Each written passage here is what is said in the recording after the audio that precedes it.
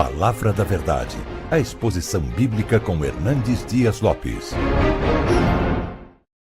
Hoje eu não vou expor um capítulo da Bíblia, de um livro da Bíblia, eu vou expor um tema, um assunto. Vamos ler então em Mateus 6, versículo de número 10. Você pode ler comigo? Vamos juntos? Venha o teu reino, faça-se a tua vontade, assim na terra como no céu. Você pode ler de novo só a primeira parte. Venha o teu reino. Hoje eu quero conversar um pouco com vocês sobre o reino de Deus. E já vou definir o reino de Deus nas palavras de Donald Kraybill, que escreveu, na minha opinião, um dos melhores livros destas últimas décadas, O Reino de Ponta Cabeça. E eu diria para você que o reino de Deus é um reino de ponta cabeça. O reino de Deus está em oposição aos valores dos reinos do mundo. Aquilo que os reinos do mundo aplaudem, ele rejeita. Aquilo que os reinos do mundo rejeitam, o reino de Deus aprova. É por isso que ele é chamado de ponta cabeça. Mas vamos entender o que é reino. E a melhor maneira de você definir algo é você definir o que não é. Primeiro, o que não é o reino de Deus? O reino de Deus não é a igreja. Não é a igreja. Essa foi uma confusão que existiu na história da igreja, de Agostinho até a Reforma. As pessoas confundiam igreja com reino. Não, a igreja é uma agência do reino. A igreja não é o reino. Segundo, a igreja não é nenhuma denominação, nem a somatória das denominações religiosas. Não é. Não é. Isso não é o reino de Deus. Juntar todas as igrejas e todas as denominações é o reino. Não, não é o reino.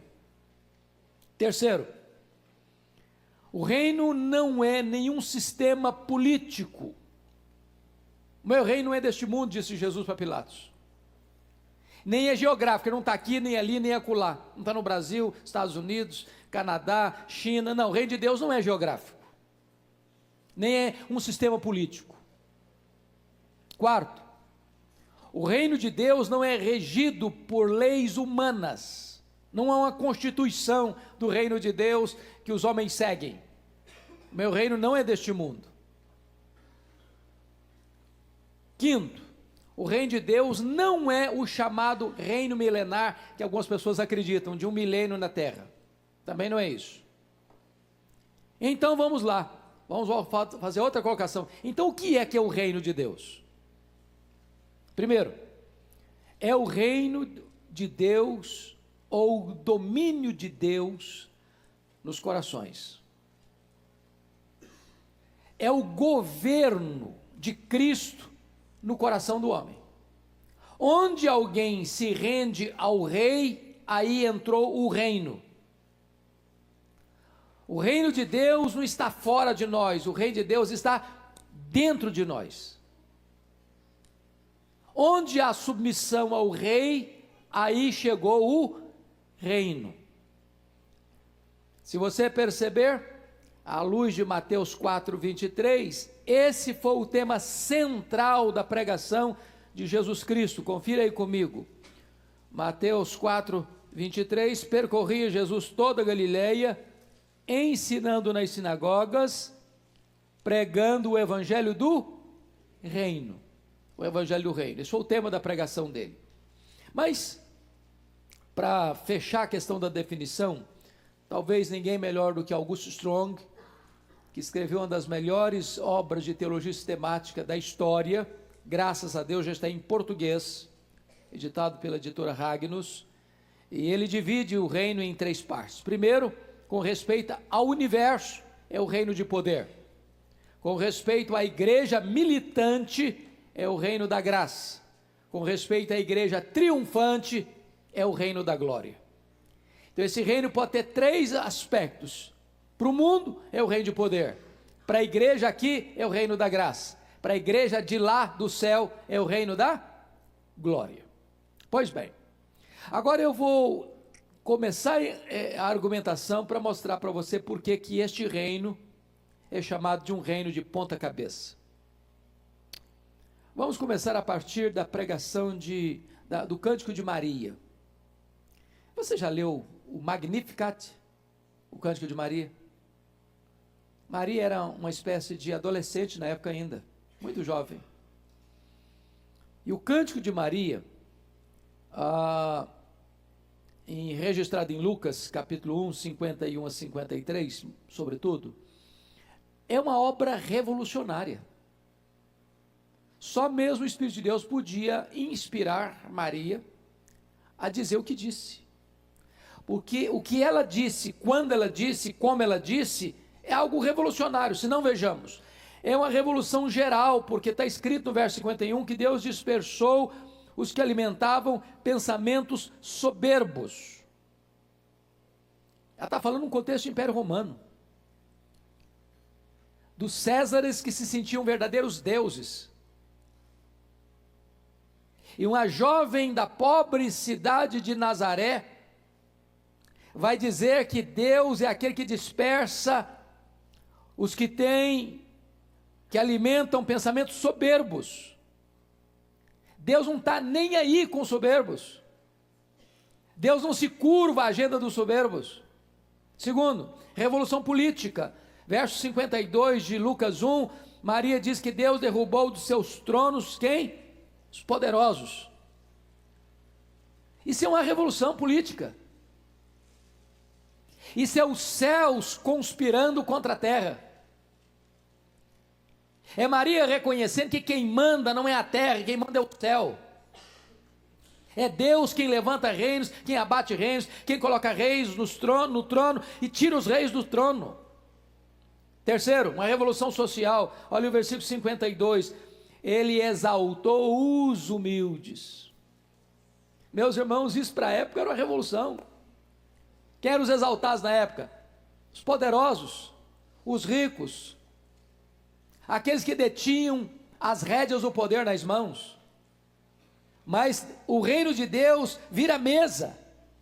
O reino de Deus inverte os papéis. O reino de Deus exalta os humildes. Mas em quarto lugar, o Magnificat traz uma revolução econômica. Porque no verso 53 diz que Deus encheu de bens os famintos e despediu vazios os ricos. Não é uma revolução isso? Aqueles que têm, perdem o que têm. Os que não têm, recebem o que não têm.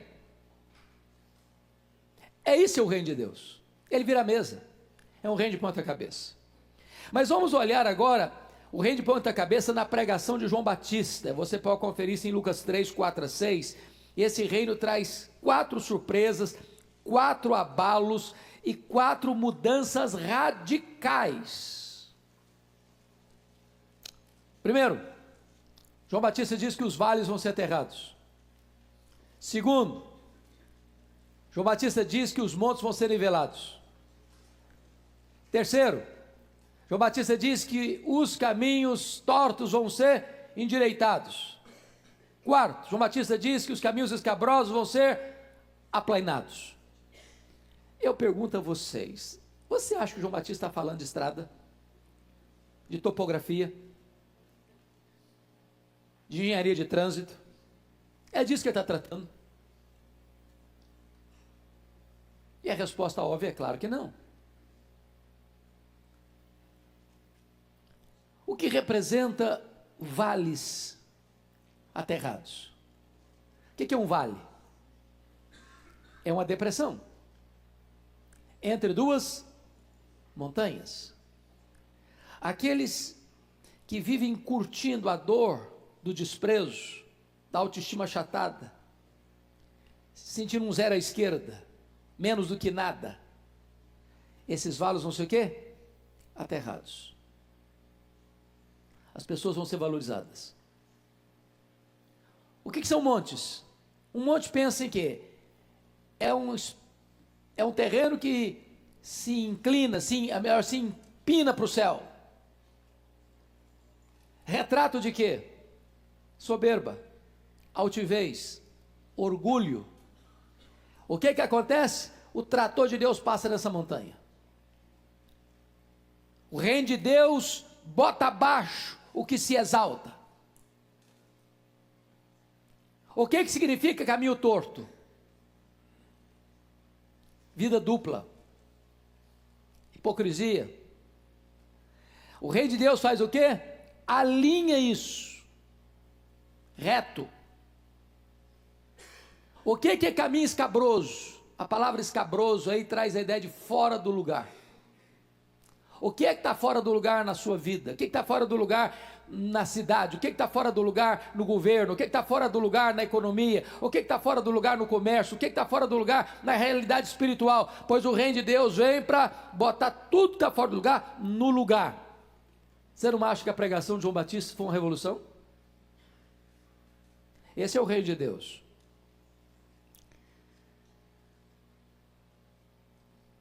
Se você perceber, no ministério de Jesus Cristo, lá em Lucas 17, 20 e 21, Jesus afirma que o reino de Deus está onde? Está dentro de vós. É no momento em que você foi convertido, transformado, regenerado, nesse momento, você passou a ser governado por uma outra força, por uma outra lei, por um outro governo, por um outro senhorio. Nesse momento você se torna súdito deste reino, você foi tirado do reino das trevas e transportado para o reino da luz. Você está debaixo de um novo comando. Já viu nas placas aí do comércio? Sob nova? Direção? Foi isso que aconteceu com você, foi isso que aconteceu comigo. No momento em que você foi convertido, Deus botou uma placa lá em você, sob nova direção. Você está debaixo do governo de Cristo. Quem é o dono da sua vida é Cristo. Quem é o Senhor da sua vida é Cristo. Quem manda na sua vida é Cristo. O governo que está sobre você é o governo de Cristo. Você está dentro do reino e o reino está dentro de você. Mas vamos olhar agora com mais cautela as inversões desse reino. Eu disse para vocês que o reino de Deus é um reino de ponta cabeça. Por quê? Olha aí que coisa interessante. Os sujeitos bonzinhos aparecem como os maus sujeitos. Pense comigo na parábola chamada do bom samaritano. Quem eram os bons sujeitos na parábola do samaritano? O sacerdote e o levita. Gente boa, gente religiosa, gente de respeito na sociedade, gente que lida com as coisas de Deus. E o samaritano? Qual era a reputação do samaritano para os judeus? Péssima, péssima. Um judeu não comia pão com um samaritano. Estou bebendo essa água aqui.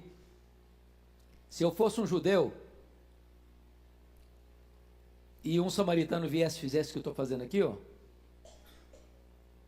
ele nunca mais bebia água nesse copo.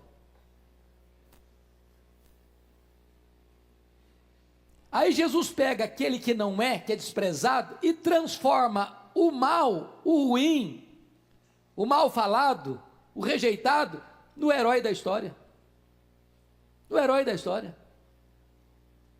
E aquele que era o bonzinho, o sacerdote, o levita, que era o aplaudido da sociedade, como os vilões, que passam, não veem, não olham, não sentem, não fazem. Esse é o reino de Deus. Vira a mesa. Preste atenção comigo. Em segundo lugar, os que deveriam receber elogios são os condenados. Pensa comigo na parábola do fariseu e do publicano. Quem é o fariseu? É o cara que se aplaude a si mesmo. Quem é o publicano? Publicano, gente, era a pior espécie em Israel. Os cobradores de impostos, que trabalhavam para Roma, que exploravam o povo, que eram considerados ladrões, que não podiam frequentar as sinagogas, que não podiam ir nas festas, era gente da pior estirpe na concepção do judeu. E o que Jesus Cristo faz? Vira a mesa. O fariseu que se exalta, sai sem ser justificado, sem ser perdoado. O publicano desprezado, que bate no peito e diz: Senhor, tem misericórdia de mim, eu sou um miserável pecador. Esse sai perdoado, esse sai justificado. Isso é o reino de Deus, irmãos. O reino de Deus não valoriza etiquetas, o reino de Deus não valoriza extrato social, o reino de Deus não valoriza posições eclesiásticas. O reino de Deus vira a mesa, é um reino de ponta cabeça. Terceiro, o menor é o maior no reino de Deus. Discutiram lá quem é o maior, quem é o maior, quem é o mais importante, quem é mais isso, mais aquilo, quem tem mais produção. Aí Jesus foi lá, não fez discurso, não, pegou uma criança e botou no colo.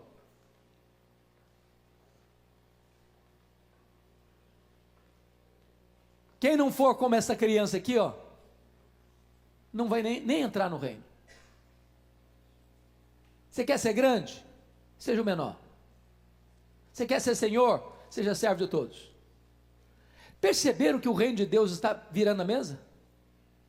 Que o reino de Deus está invertendo os papéis? Que o reino de Deus está desvalorizando o que os homens valorizam e valorizando o que os homens desprezam? Lembram quando os discípulos estavam no cenáculo discutindo ao redor da mesa quem era o mais importante entre eles? O que Jesus Cristo fez? Jesus às vezes fazia isso, e eu acho isso maravilhoso, porque tem hora que uma ação vale mais do que 1000 palavras, um exemplo vale mais do que um discurso. Jesus não discursa. Jesus se levanta da mesa, se cinge com a toalha, pega uma bacia, começa a lavar os pés dos discípulos. Pensa em Jesus lavando o pé de Judas Iscariotes.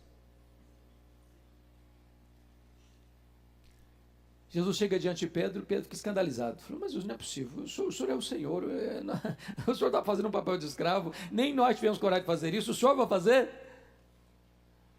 E Jesus volta e diz o seguinte, vocês me chamam de Senhor, o Senhor e o Mestre, vocês até fazem bem mesmo, é isso mesmo, eu sou mesmo, mas eu lavei os pés de vocês. Sabe o que eu estou ensinando para vocês?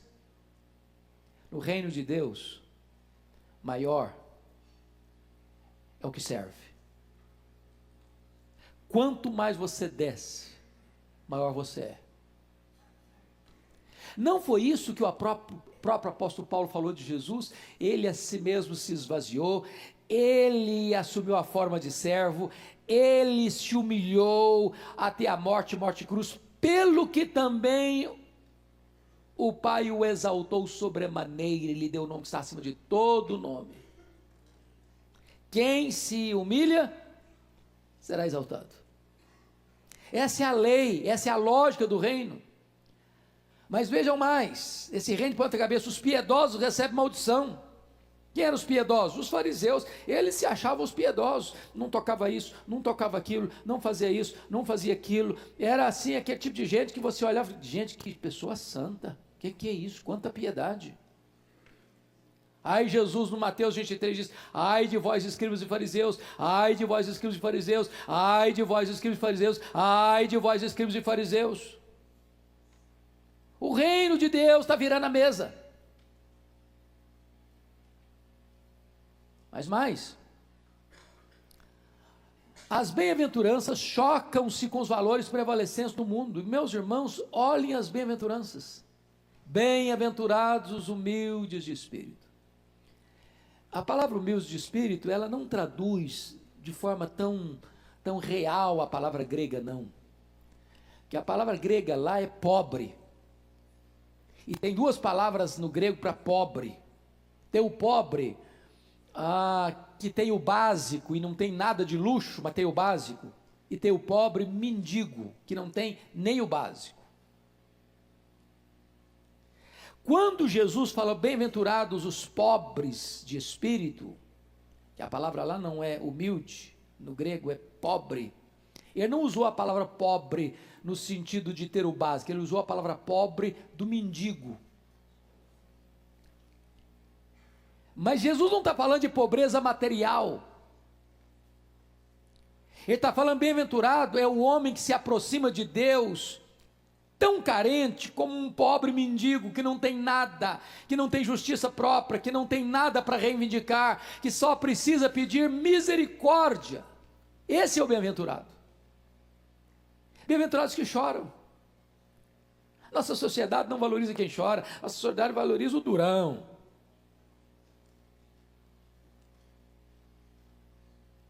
Bem-aventurado é o manso, não o bravo. Bem-aventurado é o que tem fome de justiça e não o que explora o outro. Bem-aventurado é o misericordioso e não aquele que surrupia o que é do outro. Bem-aventurado é o pacificador e não o encrenqueiro. Bem-aventurado é o limpo de coração e não aqueles que bebem todas as taças dos prazeres. Bem-aventurado é o perseguido por causa da justiça. Vocês estão percebendo que a plataforma desse reino, ela está em oposição a tudo que o mundo aplaude? Esse é o reino de Deus. No reino de Deus, os rejeitados são aceitos. Os cegos, os leprosos, as prostitutas, os publicanos, os pecadores. Por que Jesus contou a parábola da ovelha perdida, da dracma perdida e do filho pródigo? Por que contou essa parábola? Porque os fariseus e escribas estavam escandalizados com Jesus, porque ele recebia pecadores e comia com eles. E essas pessoas se sentiam muito espirituais para se sentar perto de um publicano, perto de um pecador, e elas se sentiam assim muito religiosas para se misturar com gente tão pagã. E aí Jesus conta essa parábola, que esse não é o coração de Deus. O coração de Deus se importa com a ovelha que se perdeu. O coração de Deus é aquele que pega o filho cheio de lama, esfarrapado, miseravelmente quebrado, e o abraça e o beija, e festeja a sua volta. Este é o reino de Deus. Mas notem comigo, irmãos, que o reino de Deus ainda vence preconceitos e quebra paradigmas. Vejamos. Primeiro, o reino de Deus vence o preconceito religioso. Jesus atende o pedido da mulher cananeia, ele era gentil.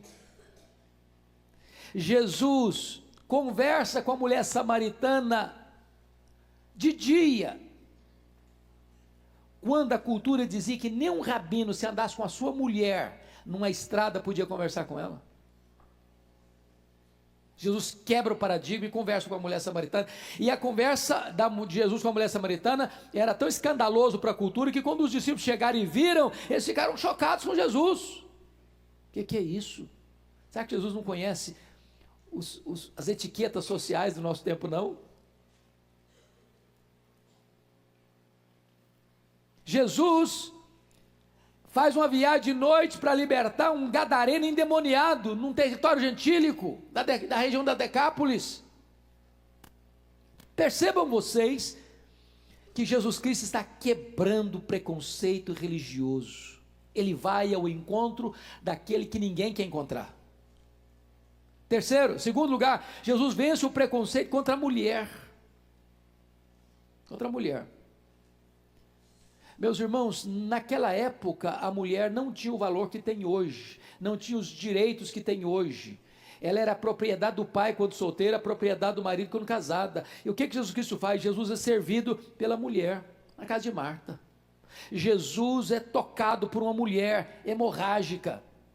Jesus é ungido por uma mulher, Maria de Betânia.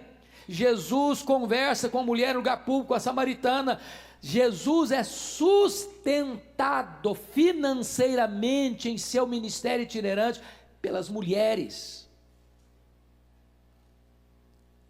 Se você perceber, é Jesus virando a mesa da cultura, é Jesus quebrando os protocolos e etiquetas e paradigmas de uma sociedade preconceituosa com a mulher, trazendo a mulher tem valor, a mulher tem importância, a mulher tem entrada no reino. Terceiro, Jesus vence o preconceito político. Preste bem atenção nisso. Jesus chama para ser apóstolo Simão o Zelote. Quem eram os zelotes? Os zelotes eram aquele grupo em Israel que defendia uma luta armada contra Roma. Só para vocês terem uma ideia, no ano 66, por que começou a guerra judaica, que culminou na invasão e destruição de Jerusalém e na dispersão dos judeus no ano 70? Qual foi o pivô daquela guerra judaica? Alguém se lembra? No ano 66, uma sinagoga judaica foi profanada em Cesareia Marítima, e os zelotes, que defendiam pegarem armas contra Roma, se rebelaram contra Roma. Eles não fizeram uma leitura correta. Eles não tinham condições de resistir Roma. De fato, eles foram esmagados. Roma e Jerusalém foi destruída. Os judeus foram dispersos. Do ano 70 até 14 de maio de 1948. Mas o ponto que eu estou querendo levantar aqui é o seguinte: pois Jesus chama um cara dessa ala política para ser o quê? Apóstolo. E agora pensa comigo, se nós fôssemos hoje carimbar esse cara, nós chamaríamos de extrema esquerda. Mas Jesus chama também para ser apóstolo Mateus, colaborador de Roma, cobrador de impostos, o cara da aduaneira de Cafarnaum. Fosse politicamente falando, nós definiríamos Mateus de extrema direita. O que Jesus está fazendo, irmãos, é mostrando para nós que o reino de Deus não passa pelo viés político. É por isso que na igreja de Deus nós não discutimos política partidária, irmãos. Nós discutimos princípios, mas não política partidária. Porque na igreja tem lugar para quem vem, de onde vier. Na igreja de Deus, quando a pessoa vem, ela larga o seu partido ideológico, seja de esquerda, seja de direita, para se submeter a um outro comando, o comando do Senhor Jesus Cristo, que agora é o rei deste reino, e ele está debaixo de novo comando, nova direção. Ele se submete ao reino de Deus. Presta atenção ainda. Jesus, por exemplo, confronta Herodes, chamou Herodes de raposa.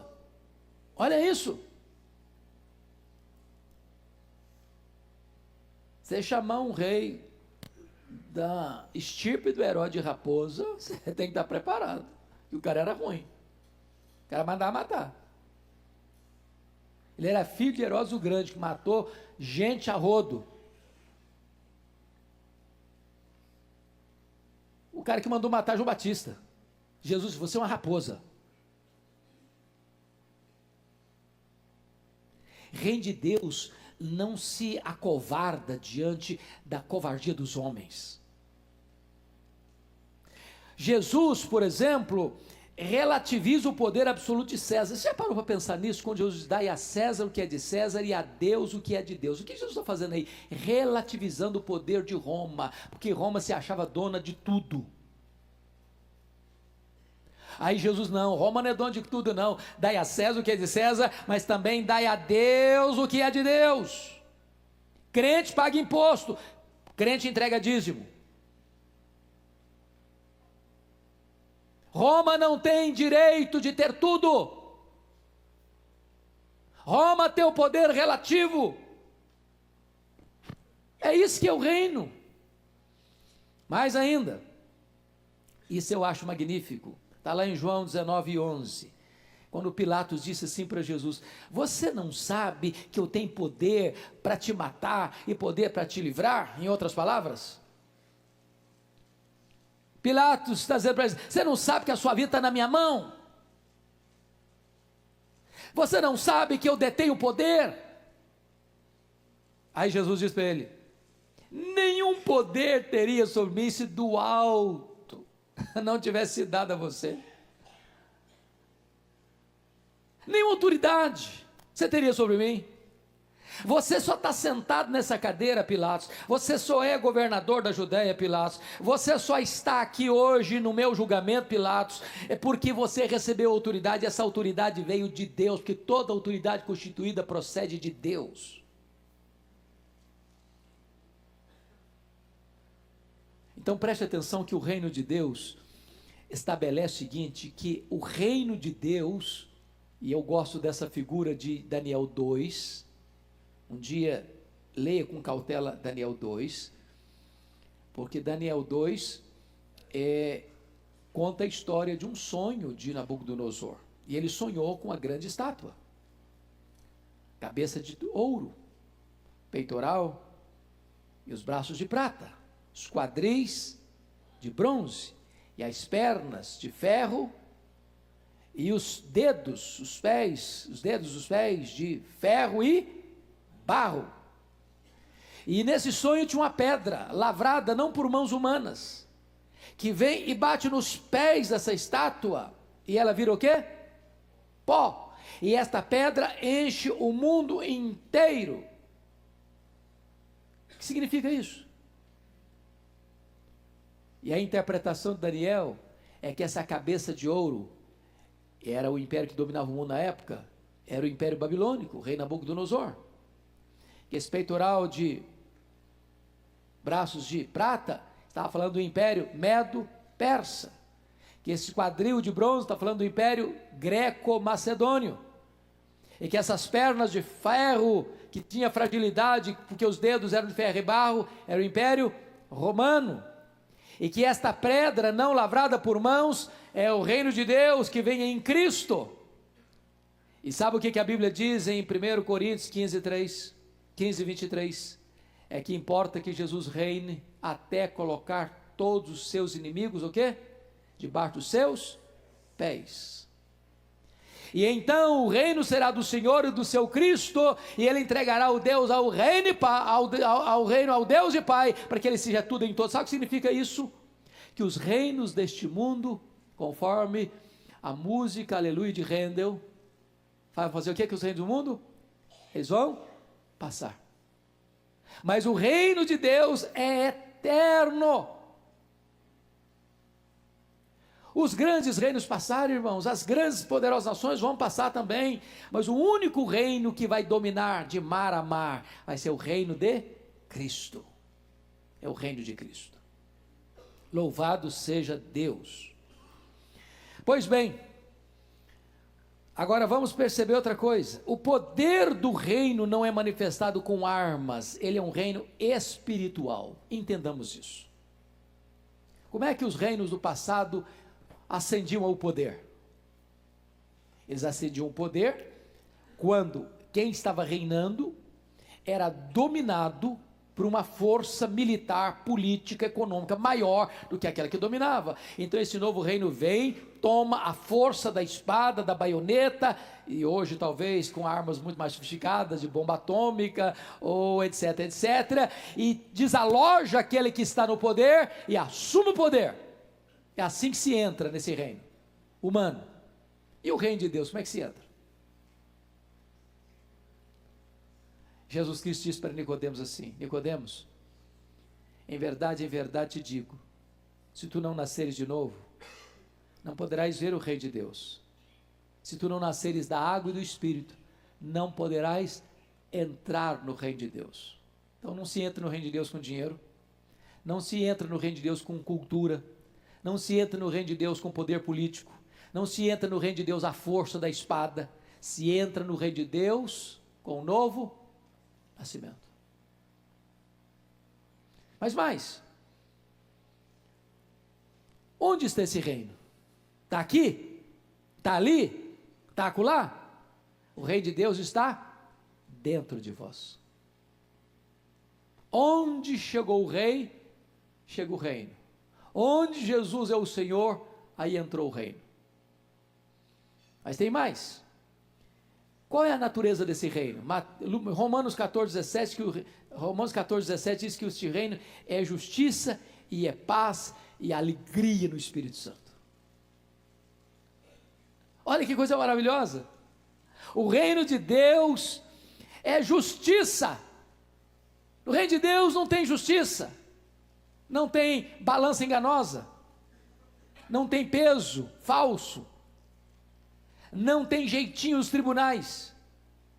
A marca do reino de Deus é justiça. A marca do reino de Deus é o quê? Paz. Onde o reino de Deus chegou, as guerras interiores cessam. Você tem paz de consciência. Você põe a cabeça no travesseiro e dorme. Onde chegou o reino de Deus, sabe o que tem aí? É a alegria. A alegria. Esse reino está dentro de você. Mas mais. 1 Coríntios 14:20, Paulo diz que o reino de Deus não consiste em palavras, mas de poder. Não adianta dizer, eu sou parte do reino, eu sou o reino, eu sou súdito do reino, eu estou no reino. Você pode falar. Você demonstra pelo poder de Deus que está em você, que transformou você, que levantou você e que transformou você, que fez de você uma nova criatura. Esse é o reino de Deus.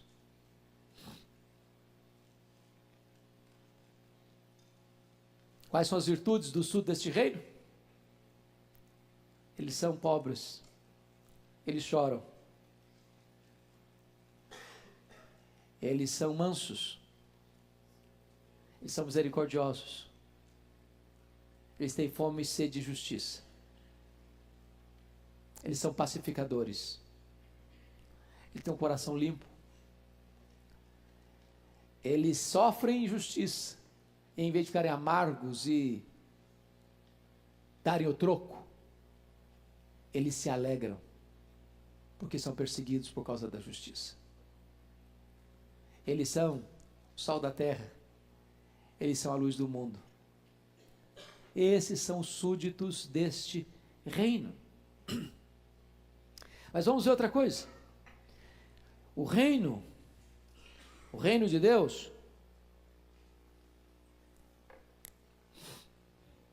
é o reino que rejeita a tentação política num tempo de opressão. Vamos pensar na tentação de Jesus lá no deserto. Qual foi a terceira tentação de Jesus? Satanás o levou a um alto monte, mostrou todos os reinos da terra e disse para ele: tudo isso te darei, se prostrado me adorares. Primeira coisa, Satanás tem alguma coisa?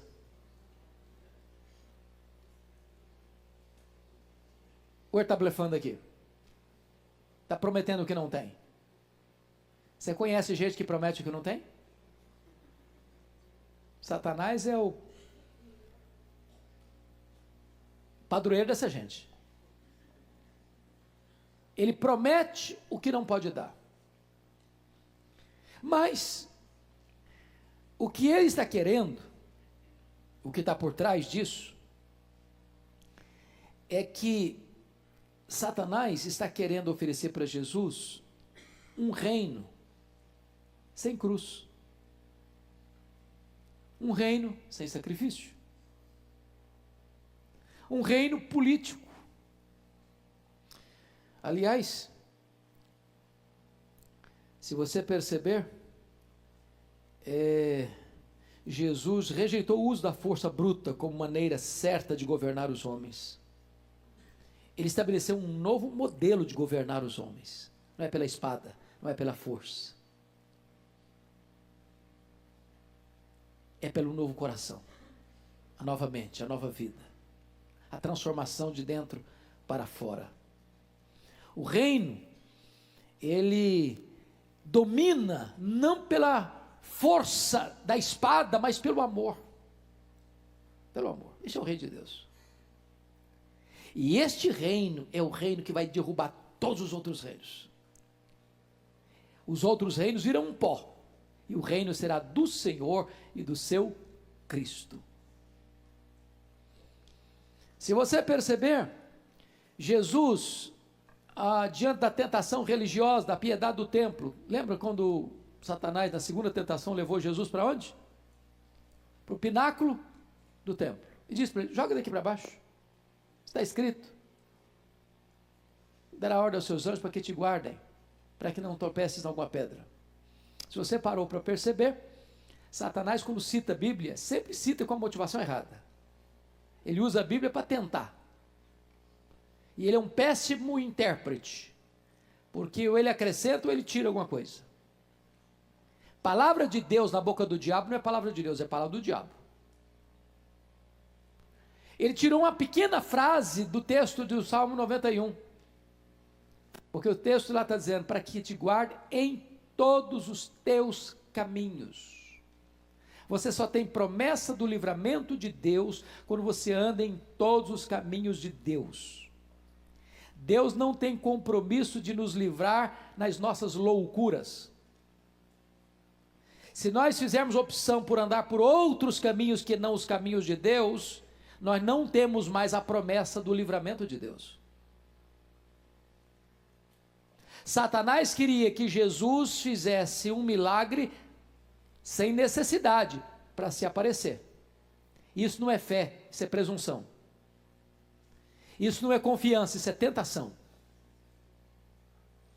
Então preste bem atenção nisso. No reino de Deus,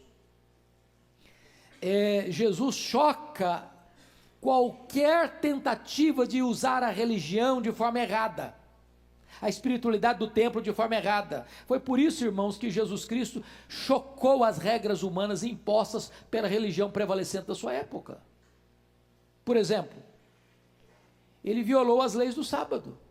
Eu pergunto a vocês, Jesus quebrou o sábado? Sim ou não? Não. O que Jesus quebrou então? As regras que os judeus haviam criados para legislar sobre o sábado.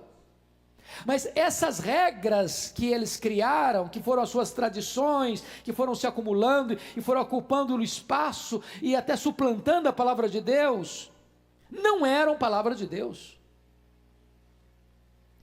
Nós precisamos ter muito cuidado para não transformar costumes religiosos em verdades absolutas. Porque um costume pode ser antigo e não ser bíblico. E Jesus virou a mesa mesmo, e curou no sábado. O que os judeus não podem fazer. Mas por que não pode fazer? Onde está escrito que não pode fazer? Qual é a base bíblica para eu não poder fazer? Eles estavam fundamentados numa tradição religiosa e não na palavra de Deus. Jesus violou as leis da purificação, ele comia sem lavar as mãos. Não é porque Jesus não era uma pessoa aciada, não. Ele era aciado, claro que era. Mas quando você vem me dizer que eu me torno puro porque lavo as mãos para comer, ou não lavo as mãos para comer, você está criando aí uma tradição humana que não tem nada a ver com a palavra de Deus. E eu obedecer essas regras humanas como se a palavra de Deus fosse, é uma infidelidade ao Deus da palavra e à palavra do Deus Todo-Poderoso. Aí Jesus vai além e ele viola as leis sanitárias. Porque um leproso não podia ser tocado, e ele toca o leproso. Uma mulher hemorrágica e impura, com um fluxo sanguíneo, não podia tocá-lo, e ela tocou. E em vez do puro tornar-se impuro, o puro transforma o impuro puro. Ele vira a mesa. Ele vira a mesa. Este é o reino de Deus. Mas vem a tentação econômica. Foi a primeira tentação, não foi? Se és filho de Deus, transforma estas pedras em pães. Se você parar para perceber, é como se Satanás dissesse assim: olha, Jesus, esse povo aí, ele está tão carente, tão pobre, tão necessitado. Roma já dá pão e circo. Se o teu reino vier trazendo pão, e o Senhor tem poder para transformar pedra em pão, e o que tem mais em Israel é pedra, então está solucionado o problema. Esse povo vai te seguir, o povo vai te venerar. Qual foi a resposta de Jesus? Não só de pão viverá o homem, mas de toda a palavra de Deus. Mais tarde, em João 6, versículo 15, a multidão tenta Jesus. Em que contexto a multidão tenta Jesus? Depois que Jesus multiplicou pães e peixes, eles queriam fazer Jesus rei. Esse é o Messias. Esse é o homem da panaceia. Esse é o que vai resolver todos os nossos problemas. Esse é o que vai multiplicar pão e peixe para nós. Vão resolver o nosso problema financeiro. E diz a Bíblia que Jesus fugiu deles. Que ele não veio para isso. Ele não veio para isso. O reino de Deus não consiste em comida e bebida. O reino de Deus é justiça, paz e alegria do Espírito Santo. Por isso, irmãos queridos, é hora de nós pararmos um pouquinho agora, ainda para olhar um outro aspecto. Nós ainda temos alguns minutos para avançar um pouco sobre o reino de Deus. O reino de Deus é aquele que traz boas novas aos excluídos. Os excluídos. Boas novas para os deserdados da ordem econômica. O Senhor Jesus Cristo, lá em Lucas 4,18, falou de evangelizar os pobres. E Paulo, na sua carta aos Coríntios, diz que não são muitos de nobre nascimento que são chamados. Você percebe isso? Quando o camarada confia na riqueza dele, ele tem um grande problema de ser convertido. Para o camarada ser convertido, ele tem que abrir mão de toda outra confiança, seja na sua inteligência, seja no seu poder, seja no seu dinheiro, seja na sua saúde, seja na sua força, seja na sua influência. Ele tem que arriar as armas. E se você parou um pouquinho para perceber ainda, nessa questão, o reino de Deus, ele traz boas novas para os deserdados da ordem econômica. Quando Jesus vai, por exemplo, lá para Gadara e liberta aquele gadareno, você já parou para perceber por que Jesus permitiu que aqueles 6.000 demônios, uma legião, saísse do homem e entrassem 2.000 porcos? Se você fizer essa leitura do ponto de vista econômico, você diz, puxa vida, mas que prejuízo, que prejuízo. Mas por que Jesus permitiu isso? Para tirar a máscara da sociedade que valoriza mais porcos do que gente, mais coisas do que pessoas. Enquanto o homem não reconhecer que o dinheiro dele não pode levá-lo ao céu, mas é um estorvo, porque ninguém pode servir a dois senhores, ele não pode entrar nesse reino. É por isso, irmãos amados, que quando você entra nesse reino, a primeira coisa que você desapega é do dinheiro. Eu acho maravilhoso quando João Batista está pregando sobre o batismo de arrependimento no Rio Jordão, e as pessoas chegarem e perguntaram assim, mas o que nós vamos fazer? Qual é a prova que nós fazemos parte desse reino, que nós fomos arrependidos? E ele respondeu assim, quem tiver 2 túnicas, dê uma. Quem tiver comida, faça o mesmo. Aí você pergunta assim, mas então quer dizer que se eu ajudar os pobres, eu sou salvo? Não, não. João Batista não está falando aí da causa da salvação, ele está falando aí da consequência da salvação. Ele está dizendo o seguinte, que quem é salvo pela graça, tem o coração o quê? Generoso. Generoso. Então ninguém entra nesse reino, o reino da graça, e continua avarento. Ninguém entra nesse reino e é apegado ao dinheiro. Ninguém entra nesse reino e acumula tudo para si. Quem entra nesse reino, entra num reino que o libertou do poder econômico para ser agora um instrumento de bênção na vida das pessoas. Ele não ama mais o dinheiro, ele ama as pessoas e usa o dinheiro para abençoá-las. Mas tem mais. Você vê que o reino de Deus, ele traz boas novas para os deserdados da ordem política. Lucas 4,18, ele veio proclamar libertação aos cativos.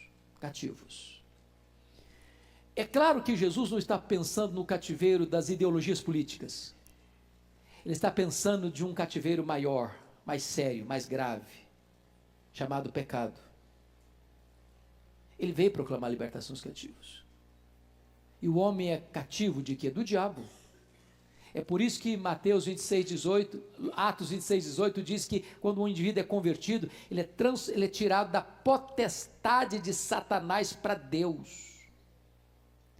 Antes da conversão, o camarada está debaixo do domínio, do governo, do controle de Satanás. Está num reino de trevas. Ele é súdito desse reino. O que o reino de Deus faz? Pega essa pessoa e quebra esse jugo, Quebra essas algemas, tira ele do reino das trevas, tira ele do poder de Satanás, vai lá na casa do valente, onde esse camarada está subjugado, dominado, guardado em segurança por Satanás e seus demônios, e o Senhor Jesus vai lá, amarra o valente, tira a armadura do valente, e pega você, pega a mim, pega a nós, e nos transporta de lá, e nos leva para o reino da luz. Este é o Evangelho, este é o reino de Deus.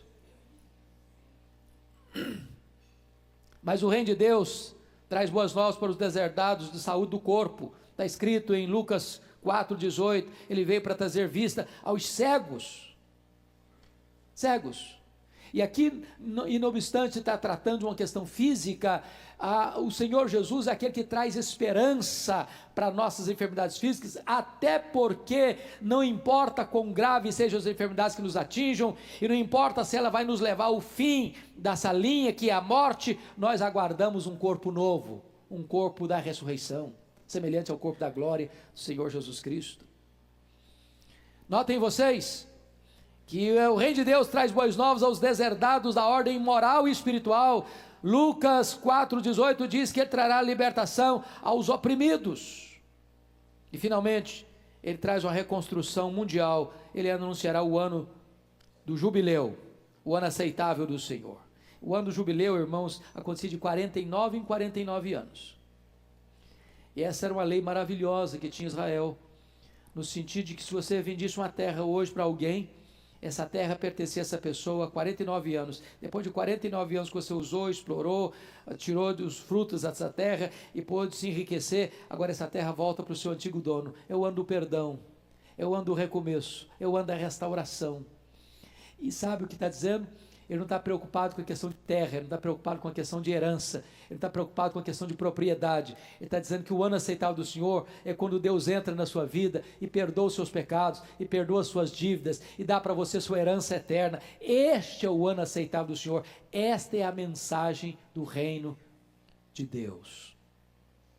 Pois bem, queridos, deixa eu concluir esta palavra com vocês sobre o reino de Deus. A necessidade de entendermos isso. O reino de Deus, ele veio para virar a mesa e não aceitar a religiosidade fabricada, forjada pelo homem para oprimir as pessoas em vez de libertá-las. Deixa eu lhes dar apenas dois exemplos. Vocês se lembram da chamada oferta corbã? Quem se lembra do que é corbã? Essa palavra é comum para vocês? Não? A oferta corbã está lá em Marcos, capítulo 7, 10 a 13. Os sacerdotes, você sabe que lá em Israel tinha dois grupos essenciais, os principais, os fariseus e os saduceus. Os fariseus eram aquelas pessoas mais dedicadas ao estudo da lei, à observância da tradição dos anciãos, eram os separados. Se você começar a ler a história deles lá no começo, era uma bênção. Eles visaram manter a tradição das escrituras, a firmeza das escrituras, e um revivamento em época da helenização do mundo, mas depois foram se perdendo, e a forma tomou lugar da essência. Os saduceus era a classe sacerdotal, que já estava junto com Roma para explorar o templo para se locupletarem. Eles eram favoráveis a Roma. Então tudo enchia o bolso deles. As festas, as pessoas vinham de diversos lugares do mundo, elas não podiam trocar a moeda lá no país de origem, tinha que vir aqui na praça do templo, porque tinha um câmbio oficial. E eles cobravam taxas abusivas para trocar a moeda estrangeira, porque não podia comprar o sacrifício na praça do templo com moeda estrangeira. Mas isso era apenas um arranjo econômico. E mais, o cara não podia trazer os animais para o sacrifício de casa também não, tinha que comprar lá na praça do templo, com preços escorchantes, abusivos. E aí Jesus um dia vai lá, vira a mesa daquele negócio, vira a mesa dos cambistas, vira a mesa, abre as gaiolas das pombas, solta todas as ovelhas e faz uma revolução ali. Vocês transformaram a casa de oração, a casa do meu pai, em covil de salteadores. O que é um covil? Quem pode me definir o que é covil? Hã? Desculpa, eu não estou ouvindo. Desculpa, gente, eu sou meio surdinho mesmo. Fala mais alto. Covil, é alcateia. Alcateia, que é o coletivo de lobos. O que é covil? Hã? Esconderijo de quem? Esconderijo de ladrões. Covil é um local onde o ladrão rouba alguém e corre para a toca. Se esconde. Eles estavam transformando o templo, a casa de Deus, no esconderijo de ladrões. Sabe o que eles arrumaram? Eles chegavam para você é um rapaz, um homem, tem um pai já idoso, uma mãe idosa. Aí você tem muitas propriedades. Sabe o que eles faziam, os sacerdotes? Olha, vamos fazer o seguinte, vamos fazer um contrato. E você vai doar os seus bens para a igreja, tá? Para o templo. Esse dinheiro ia para o bolso deles. E se você fizer isso, você está meio brigado com seus pais, você não precisa dar nada para os seus pais. Você está isento. Você não precisa ajudar, não. Porque você fez um compromisso conosco, uma aliança conosco aqui, de que esse dinheiro vai ser destinado ao templo.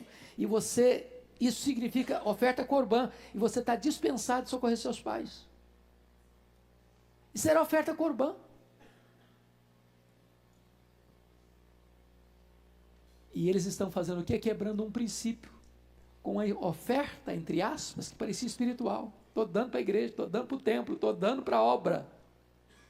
Estavam negligenciando a lei de Deus que diz: honra teu pai e a tua mãe.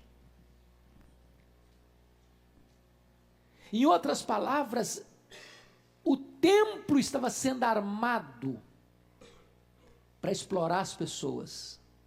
Os líderes estavam sendo espertos em saquear o povo. E o reino de Deus, num gesto de Jesus, chega e vira a mesa. E vira a mesa. Vira a mesa. Segunda coisa que eu quero chamar a sua atenção, que o reino de Deus é capaz de chocar a gente, de Jesus aproximar-se de gente que era considerada imunda. Pense comigo. É o segundo exemplo que eu vou dar. Jesus está passando por Jericó. E tem um camarada lá que é o maioral dos publicanos. O que significa maioral dos publicanos? Chefe dos publicanos. Mas o que significa isso? Roma não tinha uma receita federal tão organizada como a nossa, é claro.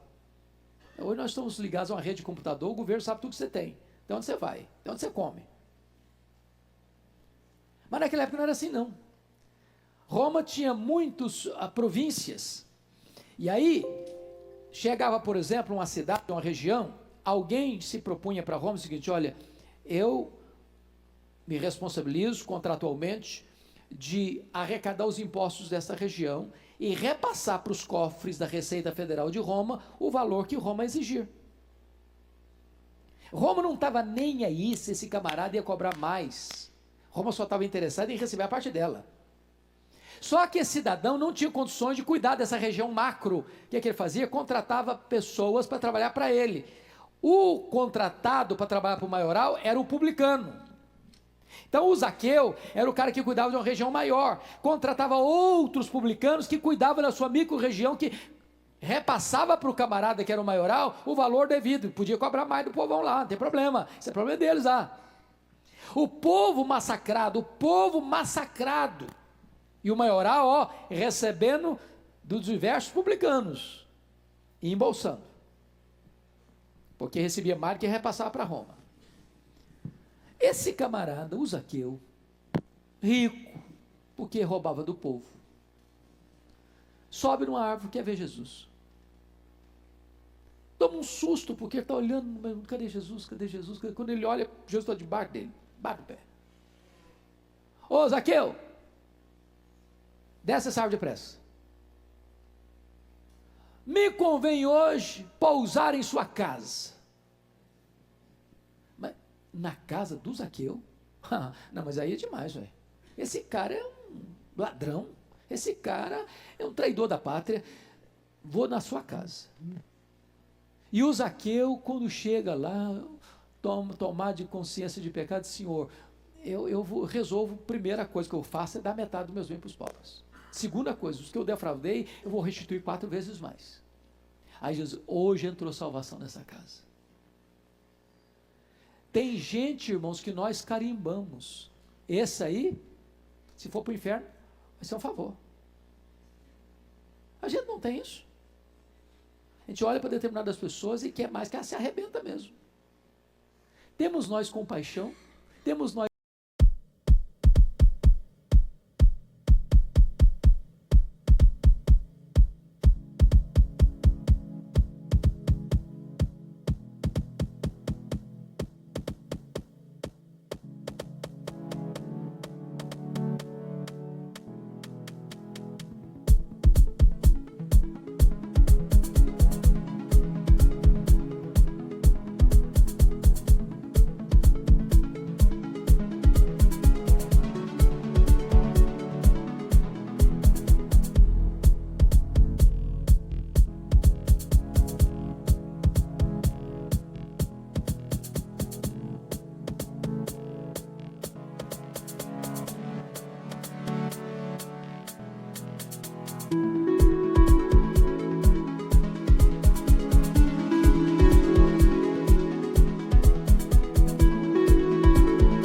amor por aqueles que a sociedade odeia, rejeita. O reino de Deus, ele quebra preconceitos, ele não aceita jeitinhos, nem dos religiosos, mas ele quebra preconceitos para ir alcançar o coração mais miseravelmente perdido e resgatá-lo. Este é o reino de Deus. Mas deixa eu terminar, porque o nosso horário fechou, acabou. Eu só quero pensar com você agora duas coisas.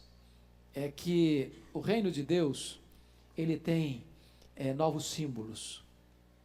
E eu só citarei 3 símbolos desses. Primeiro, a bacia. Você é súdito desse reino? Então pega a bacia.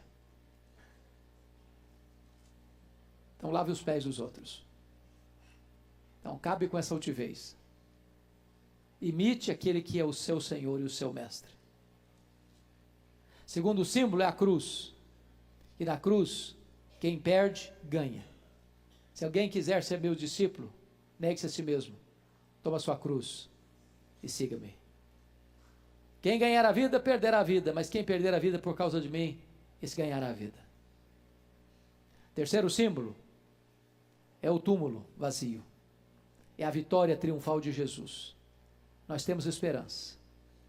Hoje você e eu podemos orar assim: venha o teu reino. E aqueles que hoje oram assim: venha o teu reino, daqui a pouco vai escutar do Senhor a seguinte ordem: vinde, benditos do meu Pai, entrai na posse do reino, que você está preparado desde a fundação do mundo. Que Ele nos abençoe. Amém. Vamos ficar em pé e vamos ter uma oração.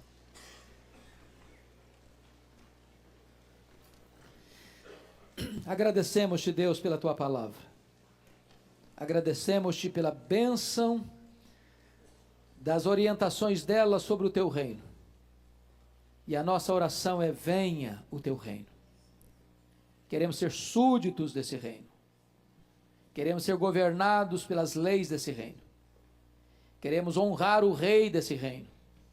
In my blue dreams, I find so much more blue dreams, where the sky meets the sea. In your arms, I find my destiny. Floating through a world where love is true. In my dreams,